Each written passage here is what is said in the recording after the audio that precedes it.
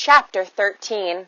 He had forgotten what fresh air felt like, filling his nostrils and lungs. It felt good. With his back pressed against the house, he stood still for a moment, just breathing.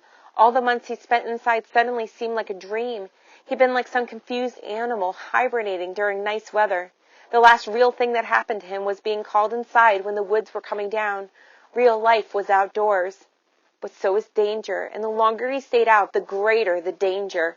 He forced himself down into a crouch and half crawled, half ran alongside the house and the hedges in the barn. At the back edge of the barn, he hesitated, staring into the seemingly endless gulf between the barn and the trees at the boundary between his backyard and the sports families. Everybody's gone, he told himself. There's not a soul around to see you.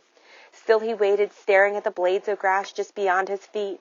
He'd been taught all his life to fear open spaces like the one in front of him.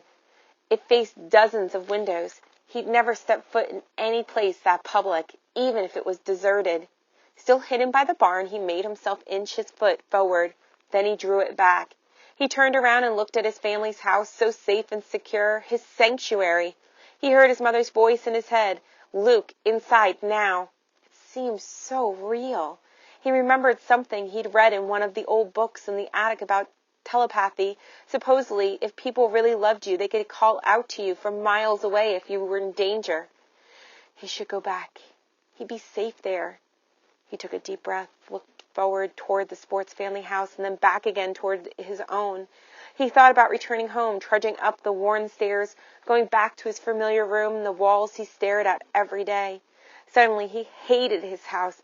It wasn't a sanctuary. It was a prison. Before he had time to think again, he pushed himself off into a sprint, recklessly streaking across the grass. He didn't even stop to hide at any trees. He ran right to the sports family's door and tugged at the screen. It was locked. All right, I want you to stop here, and the person that you're closest to, I want you to turn, and I want you to make a prediction on what you think is going to happen next. And if you've read the book, please don't spoil it for those that have not. All right, that's the end of that chapter for me.